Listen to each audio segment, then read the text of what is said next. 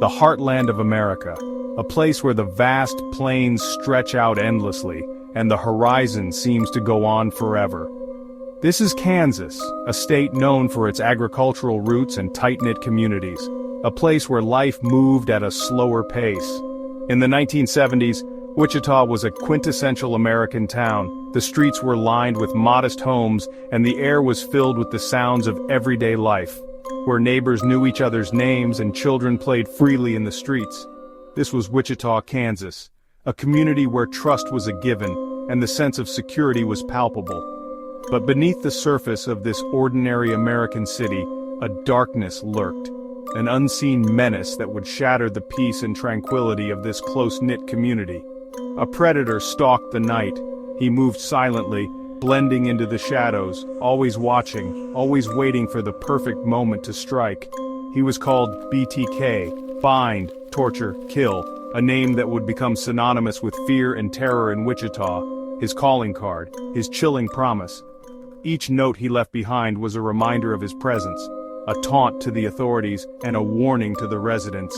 The air grew heavy with fear. As the sun set, an uneasy silence would blanket the town. Doors were locked, windows were shut, and the once vibrant streets became deserted. The unknown was a suffocating presence. Every creak, every shadow, every unfamiliar sound was a reminder of the lurking danger. No one knew who would be next.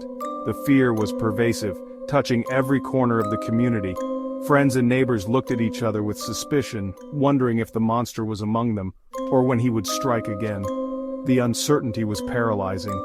Days turned into weeks, and weeks into months. With no end in sight, the city held its breath, waiting, watching.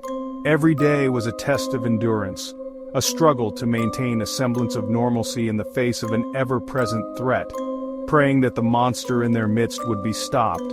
The community came together in their shared fear, hoping for a miracle, hoping for justice, hoping for peace to return to their beloved Wichita. January 15, 1974, a date forever etched in the annals of Wichita's history. The Otero family, Joseph, Julie, Josephine, and Joseph Jr., lived a quiet life in a modest suburban home. They were a picture of American normalcy, until BTK shattered their world. He entered their home like a phantom, a specter of death. He bound, tortured, and ultimately took their lives. The details, too gruesome to recount, sent shockwaves through the community. This was no ordinary crime, it was a calculated act of evil. The city had its first horrifying glimpse into the mind of a monster. Silence followed the storm. Weeks turned into months. The investigation seemed to hit dead ends. Then a letter arrived at the Wichita Eagle newspaper. Inside, a chilling confession to the Otero murders, and a promise. BTK would kill again. The letters became his twisted calling card, detailed accounts of his crimes, taunting riddles. He craved recognition. He wanted to play a game with the police, the media, and the terrified public, and he used fear as his weapon. Each letter was a reminder of his power, a promise that he was still out there, watching, waiting. Dennis Rader, a name that would later send chills down the spines of those who knew him. But for now he was just an ordinary man, a husband, a father, a respected member of the community. He blended in, a wolf in sheep's clothing. He worked as a compliance officer, enforcing the rules, maintaining order, a cruel irony given the chaos he unleashed in his secret life. He was active in his church, a Boy Scout leader, the perfect facade for a man harboring a monstrous secret. No one suspected the darkness that lurked beneath his unremarkable exterior. Years passed. The terror of BTK seemed to fade into the background. The once palpable fear that gripped the community began to loosen its hold. People started to believe that the nightmare was over, that the monster had vanished. But the truth was far more sinister. But the monster hadn't gone away. He was still there, lurking in the shadows, watching, waiting. The facade of normalcy was just that, a facade. Beneath it, the darkness still thrived, hiding in plain sight, biding his time. He blended seamlessly into the fabric of everyday life, an unremarkable figure in a sea of faces.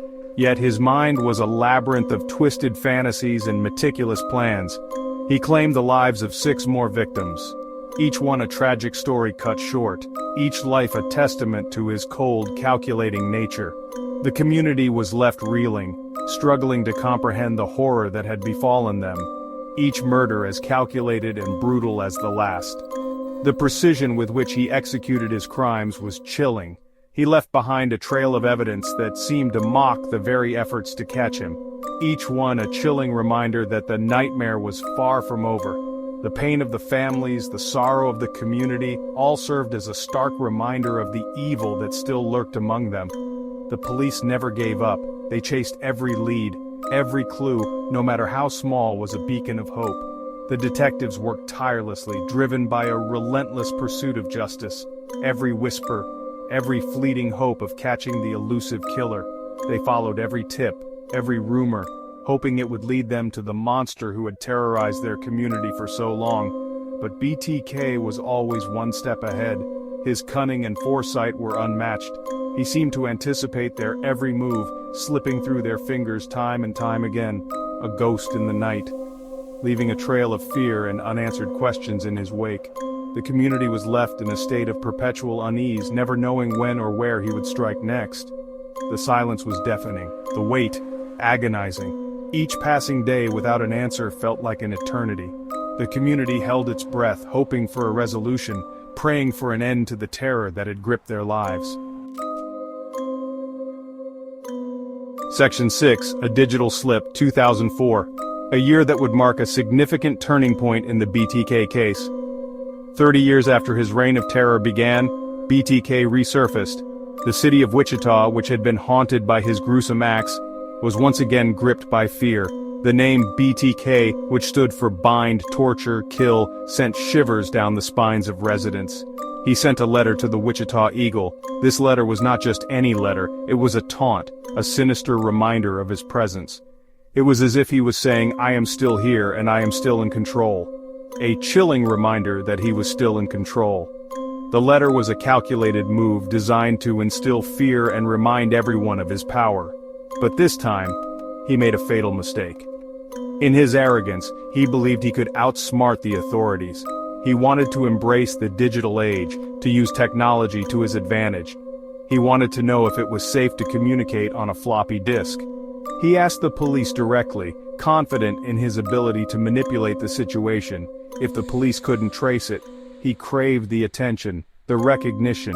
He wanted to be in the spotlight once more, to feel the thrill of being pursued. He would pay a heavy price for his arrogance. The police played along. They saw an opportunity to finally catch the elusive killer. They assured him it was safe. He took the bait. He sent a disc. This was the moment they had been waiting for. It was all they needed. The disc contained metadata that would lead them straight to the source. The digital fingerprint led them straight to Dennis Rader. The man who had eluded them for decades had finally made a mistake. The man behind the mask. The man who had terrorized Wichita for so long was finally unmasked. The monster hiding in plain sight. Dennis Rader, the seemingly ordinary man, was revealed to be the BTK Killer. His digital slip had finally brought his reign of terror to an end.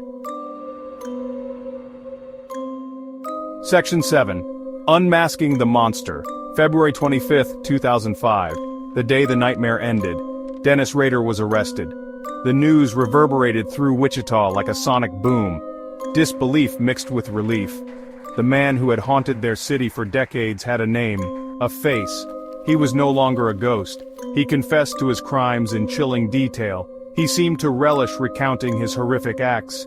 He showed no remorse, no empathy. He was a void of humanity. The court sentenced him to 10 consecutive life sentences. His reign of terror was finally over. Section 8. Scars on the Heartland. The scars of BTK's crimes run deep in Wichita. The sense of safety, the innocence lost. These wounds haven't fully healed. The families of his victims still grapple with the pain. The city still remembers. But amidst the darkness there is light. The resilience of the human spirit, the unwavering dedication of law enforcement. The city that BTK tried to break emerged stronger, more united, determined to honor the memory of those lost by embracing life in each other. Section 9. Echoes of Terror. The case of BTK continues to fascinate and horrify. How could a seemingly ordinary man commit such unspeakable acts? What drove him to kill? These questions linger, fueling research into criminal profiling and the dark side of human nature. The echoes of his terror serve as a stark reminder. Evil can wear many faces, it can hide in plain sight, and it can strike anywhere. We must remain vigilant, never forgetting the lessons learned from the chilling tale of BTK, the monster who walked among us, and the city he could never truly break.